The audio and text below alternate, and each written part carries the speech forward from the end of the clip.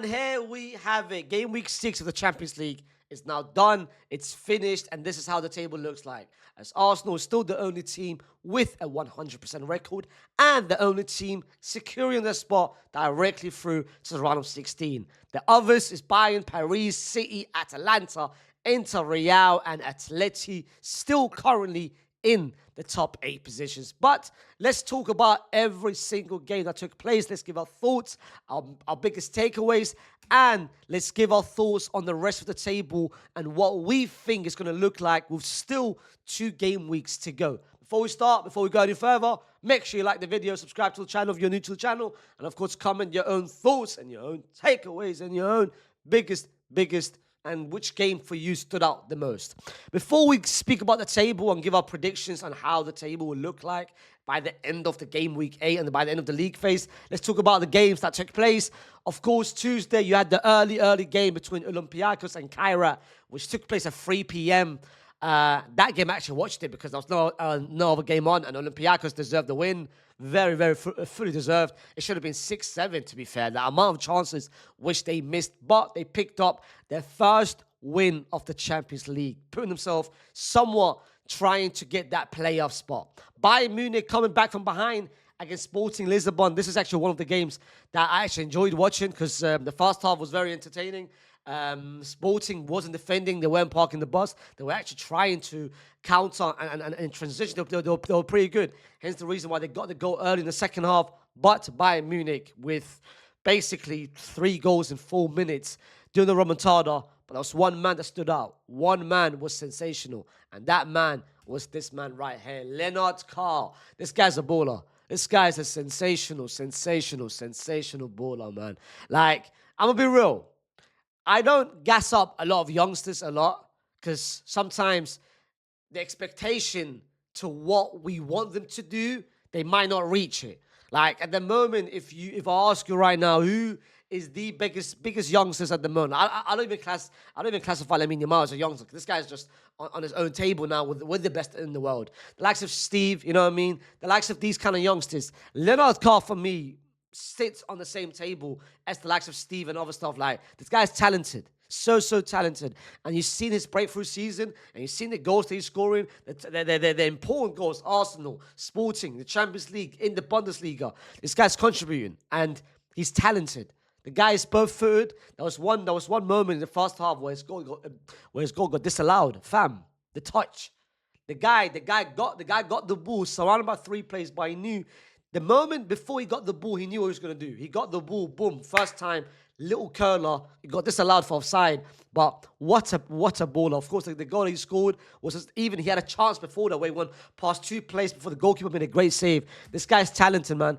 Talented. But this win does put Bayern Munich in a very good position to go straight away to the top 8, especially when you bear in mind that they've got Union in the next game at home. So Bayern, we all know they are going through. Atalanta versus Chelsea. Chelsea losing surprisingly. Or do you want to say you expected it? Because Chelsea, their form in the last 2 games against Leeds, against Bournemouth wasn't great enough. This is the game which they need to bounce back. They're coming from after beating Barcelona. They're coming with this game a lot of momentum in the Champions League. They started well. Joao Pedro picking up his first Champions League goal of his career, and they could have made it 2-0 with Enzo Fernandez. But typical Chelsea, if they don't take advantage of the chances, they concede early on. Second half, very sloppy, very sloppy goal by Scamacca, where no one was even man-marking them. But Atalanta felt like the team trying to score the second goal, and Chelsea, for some reason, started playing passive. They had that one chance with Reece James, but other than that, on the pitch, imagine, they had 4 fullbacks. 4 fullbacks and 2 centre-backs starting at one point. The way they were building up from the back, was Malo Gusto, Cucurella, and Reece James. Where's the midfielders, brother? Enzo Maresca, for me, that was one of the worst in-game management and in-game tactics that I've seen from him this season. It was so bad. And I think if you take into account Charles de Ketelaere scored the crucial goal, if you take into account it was a deserved loss for Chelsea, it puts Atalanta in a massive, great position. 13 points after 6 games. And bearing in mind, This was the season where everyone thought they were going to drop because of the fact that no Gasperini, but the fact that they are here is crazy. But the fact that Chelsea should be here. Chelsea, with their schedule, with withdrawing against Karabakh and losing to Atalanta, Chelsea should be in this position. So the fact that Chelsea could potentially go through the playoff position is not a good. It's not a good look. Like, they don't need those 2 extra games. Bad result for Chelsea. Then you've got Barcelona picking up a massive win against Frankfurt, which of course puts them similar position, which this was a must win. If they lost that game, if they drew that game, then they could just kiss goodbye to the top 8. I've already made a preview about that game. I already spoke about what happened, the takeaways, the player performances, so go and check it on my main channel. But this one itself, I'll talk about towards the end of the video what it means for the rest of the table, but this was a massive win. Liverpool picking up a massive win as well against Inter Milan with the week of Mo Salah versus Jamie Carragher. The week of Mo Salah apparently throwing Liverpool under the bus.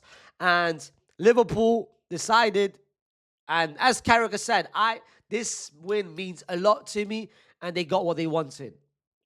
I think they were the better team. The first half, they absolutely played way better than Inter Milan. Inter Milan had moments with Lautaro towards the header and the free kick by Barella, but Liverpool controlled the first half. The second half, Inter slowly got back into the game, but Liverpool still the better team. They were still the better team, and they got their goal. You could say the goal is a bit sus. I don't think it was a penalty.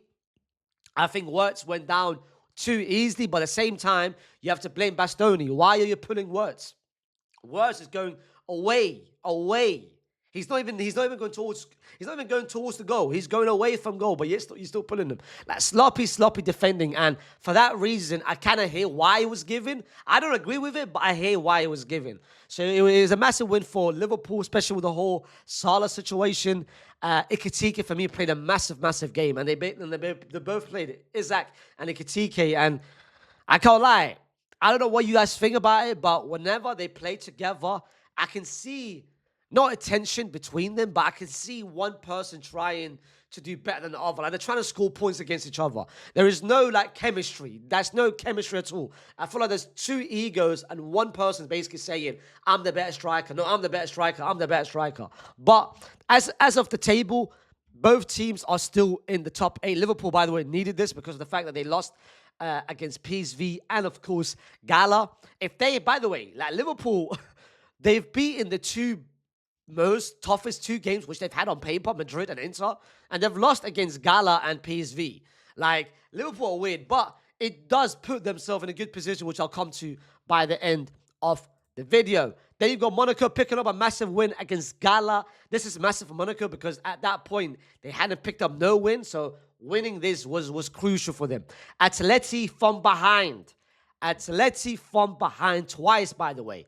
They were twice from behind. Actually, not twice. They were. Yeah, they were. Not twice. But they came from behind. Massive win for Atleti. This is the game which I kind of thought they would lose because the fact they lost the last 2 La Liga games, and PSV in the Champions League has done very well, and at home they've done well. So I thought this would be a tricky game, but I think Atleti, they dealt with it with ease, to be fair, especially in the second half, and they deserved the win. Then you've got Spurs continuing their good form and picking up another win. Of course, Brentford was clean sheet, good win. Travis Simmons on the scoreboard. Now, Slavia Prague, again, at home. You expected to beat them, and they played well. I saw the extended highlights. They played well. They could have scored way more than that. So I think good win for Spurs, and a nice little momentum which they're trying to build with Thomas Frank. Let's see if that's going to last. And the last game of the game week on Tuesday was Marseille versus Union, and Marseille picked up a massive win. Look at this, bro. Look at this win, and look at where they needed this. They needed this badly because I felt like Marseille in this Champions League, they've been very unfortunate. The game against Sporting, you could say, well, they were winning by 1-0. They got a man sent off, which wasn't a red card, and then they conceded 2 goals. Real Madrid, it should not have been a penalty. So I think Marseille has been outdone a little bit in the Champions League this season, but I think they've done well to put them in a good position with 9 points. Then we've got the yesterday's games, and these 2 early games delivered massively. This game, I've got no idea how the hell Ajax won. I watched this game, not this game, but I saw the highlights. Fam, Ajax are the worst team in the Champions League. So the fact that they are picked up 3 points, scored 4 goals, wow. And this just, I don't want to say it's a bit embarrassing for the other teams like Chelsea and Benfica, but come on, Ag. 4 goals? Karabakh should have won, to be fair. I saw the highlights. They missed so many chances. Then you got Villarreal against Copenhagen. I'm going to be real. I'm going to be real. I'm going to be shameless here. I'm going to be shameless. Because I said it. I told you about Copenhagen before the campaign even started. Copenhagen might not be doing as well. But I told you, they'll be picking up some wins. They'll be picking up some wins away from home. Come on, baby. But Villarreal, embarrassing. Like La Liga, they're doing so well. In La Liga, they're doing so well. Like they're with one win, they've got a game in hand. If they win that, they'll be second above Real Madrid. But why are they in 35th, brother? It's embarrassing. Like this is why people say La Liga's dead. This is why people say La Liga's falling off. Like these are the kind of wins that you're expected to win. But another La Liga team who actually said, you know what?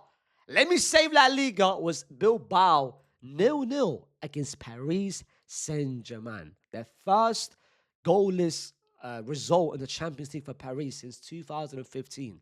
A decade ago. Like crazy. Like, so many chances which they missed from Kvicha.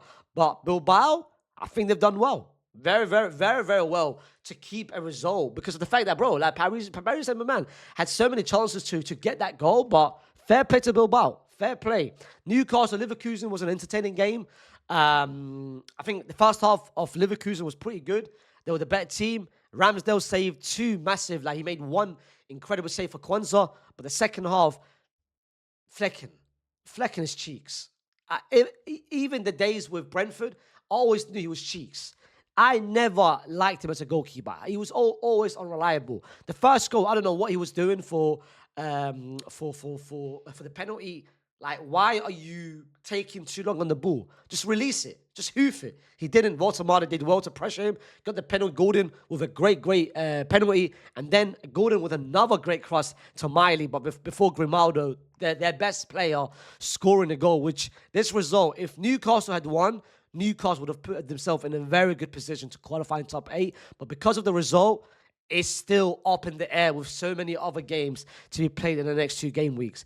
Benfica, back-to-back win for Jose, but Conte, I'm telling you about Conte. Champions League football, Conte is not it. It will never be it. It's never, brother, put it in the bag. Fries, bag, and give me my garlic sauce. Give me my garlic sauce as well. Bro, what do you expect from Conte in the Champions League? Even his statements after the game, well, we play in so many tournaments, and I don't know what to do. I don't know what kind of team I'm putting out. My brother, it's the Champions League. It's the same schedule. Don't BS it. Bro, but for Jose, this is actually a good win because this win does put Benfica in somewhat a position to try to get the playoff position, even though the next 2 games are not easy. They've got Juve and then Real Madrid. Dortmund bottled it. Are we surprised? Hell no. Like, this was the game where you can actually cement yourself with 13 points and basically say, you know what? I've somewhat put myself in a great position with 1 more win and I'm in top 8. I've secured top 8. Instead, what do? You had so many chances to finish the game. At 1-0, you could have made it 2 or 3. Instead, you let the Bodø/Glimt come back to make it 1-1. You start the second half with a goal, Brandt again. Then you had moments to make it 3, to make it 4, to make it 5. Instead, you wasted so many chances. Defensively, not as confident as ever. Again, Bodø/Glimt came from behind to make it 2-2. Like, this is just typical Dortmund. And that's why you can't trust them. You can't trust them at all. Arsenal with a massive win. And this is a convincing win. I saw the goals. 2 exceptional goals. The first goal by Nani. Mamma mia. What a change of pace and change of direction. Like, the goal, you thought he would just slow it down, then boom, the change of pace just to literally progress with it and just beat his man with ease. And the finish from outside the box, what a screamer, what a shot. And Martinelli, Champions League player. I saw a stat that Apparently, he's the highest rated player on one of the rating sites. I don't know, like whatever Football Observer score, who scored one of them, but they've got Martinelli as the highest rated because, bro, every time he plays in the Champions League, he scores. This guy is a how many like he must have how many goals does he have in the Champions League? Champions League, he's got 5 goals. Brother, he's a Champions League player. 5 goals and 1 assist, bro. 6 GA. This guy's crazy. Martinelli is crazy. The goal was sensational, but Arsenal played a great game. This is one of the few games that this season was just free flowing in the attack. Like there was no that the safety locks was just down in the drain, and they just played attacking football, free flowing. They could have made it 4-5 if it wasn't for the goalkeeper, the young goalkeeper from Club Brugge. Gabriel Jesus came on and made the cameo off the bench. I can't lie, it was moving me. Ethan, his cameo was moving me. But Arsenal, very, very convincing win. Juve, I can't lie. I don't know if they got lucky. I don't know if they deserved it. The second half, they deserved it. The second half, they played way better. But the first half, Paphos could have made it 2-3-0. Paphos could have actually scored in the first half. Like, bro, look at the XG in the first half. Look at the... Okay. But I can't lie. First half, the amount of chances Paphos had was crazy. But big win for Juve because this was a much-needed win because if they didn't win this game, then they can basically kiss goodbye to the top 8. But speaking of the top 8, I've spoken about Real Madrid, Man City already on my main channel. If you want to check my thoughts, my review, go on my main channel. But look at the table now. I think we all know Arsenal, Bayern, Paris, especially with the games, City with the games, Atalanta with Bilbao at home. I think Atalanta is a surprise. Atalanta is the massive surprise. Inter, what's Inter's last 2 games? What's Inter's last 2 games? Like, they might bottle it. They've got Inter, they've got Dortmund. Ooh. Real Madrid, we've got Monaco, Benfica. I do think we can put ourselves in a good position. Atleti. The thing is, one of these teams, like I think the top 4 is done. I think Arsenal, Bayern, Paris, and City, I think have qualified automatically. I think I'll put Real Madrid in there because I think we just need one more win. I think we just need one more win against Benfica or Monaco and a draw, and that's it. And I think we will. Then it's the other. It's the Atalanta, the Inter, the Atleti. All those teams, they've got games against each other. And especially with Liverpool, Dortmund, Spurs, Newcastle, Chelsea, Sporting, and Barca, still like Juve, all these teams can still make it. This is why I love this league phase, because every game is massive. Every game you have to make it count. Whereas back in the day, you can afford to win 3-4 games, and the last 2 game weeks, you can just rest your players. But now, you can't. Like, a lot of these teams, they've got themselves to blame. Like, Chelsea, you've got yourself to blame. Not beating Atalanta and Karabakh. Barcelona, that game right here against Club Brugge, you've got yourself to blame. Juve, brother, like so many games of Juve, you've got yourself to blame. So this is why I say, yeah, this is going to be crazy because game week 7, of course, if you guys didn't know, is going to be on 2 different days. Similar format where they play on Tuesday, Wednesday. But game week 8, if you didn't know, let me show you. Game week 8, every single team will be playing at the same time. So this game week is going to go crazy because I look at the table and, bro, 3 positions still up in the air. And even the playoff position. Because, bro, if you don't make top 8, at least what you need to do is you need to put yourself in a good position to be within the 5 upper slots in the playoff. Because if you do, then you play the bottom 5. If you lose and if you say, you know what, I've given up, let me just rest my players and because I've already made the playoffs, bro, don't put yourself in these positions because you'll face a tough team here. I'm just saying, like it happened last season to Man City. Man City, they finished 23, 24, 22, and they faced Real Madrid. So you can't put yourself, you have to, if you can't make the playoff, put yourself in a good position. But put down in the comment section what you guys think is going to happen and which team you guys think will go through and also which games you thought was the best. Like the video, subscribe to the second channel, and I'll see you soon with another video. Peace.